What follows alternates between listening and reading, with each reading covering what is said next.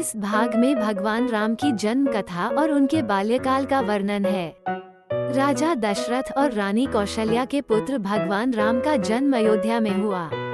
उनके साथ रानी कैकेयी के पुत्र भरत, रानी सुमित्रा के पुत्र लक्ष्मण और शत्रुघ्न भी हुए।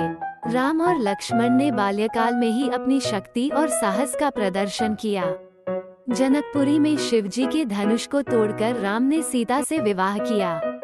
इस भाग में राजा दशरथ की योजना है कि राम को अयोध्या का राजा बनाया जाए, लेकिन रानी कैकेयी के दबाव में राजा दशरथ ने राम को 14 वर्षों के वनवास पर भेज दिया।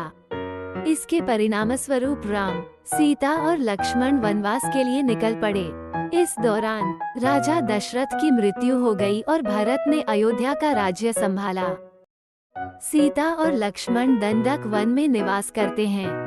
यहाँ रावण की बहन शूर्पणखा का उन्माद और रावण का सीता का अपहरण करने की योजना सामने आती है। रावण सीता को हरण करके लंका ले जाता है। राम और लक्ष्मण उसकी खोज में निकलते हैं और वानर राज सुग्रीव से मित्रता करते हैं। सुग्रीव और उनकी वानर सेना की सहायता से राम लंका पहुँचते हैं। इस भाग में राम और सुग्रीव की मित्रता की कहानी है। राम ने सुग्रीव की सहायता की और सुग्रीव ने अपनी सेना को सीता की खोज में भेजा। हनुमान जी की सहायता से सीता का पता लगाया जाता है। हनुमान जी लंका पहुंचते हैं। राम और सुग्रीव की मित्रता की कहानी है। राम ने सुग्रीव की सहायता की और सुग्रीव ने अपनी सेना को सीता की खोज में भेजा। हनुमान जी की सहायता से सीता का पता लगाया जाता है। हनुमान जी लंका पहुंचते हैं। सीता को राम का संदेश देते हैं और रावण की सेना को चुनौती देते हैं। ये भाग राम और रावण के बीच युद्ध की कथा है। राम ने वानर सेना की सहायता से लंका पर आक्रमण किया।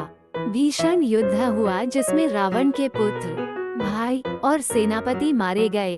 अंत में राम ने रावण का वध किया और सीता को मुक्त कराया।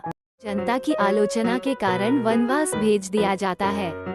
सीता ने अपने बच्चों लव और कुश को जन्म दिया और उन्हें बड़ी आदर से पाला। अंत में राम ने सीता को एक बार फिर से प्राप्त किया और उनके साथ स्वर्गवास की तैयारी की।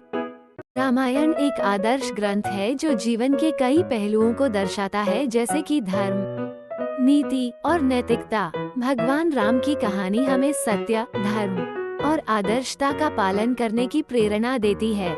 रामायण का हर भाग एक शिक्षाप्रद कथा है जो जीवन के मूल्यों और आदर्शों को उजागर करता है।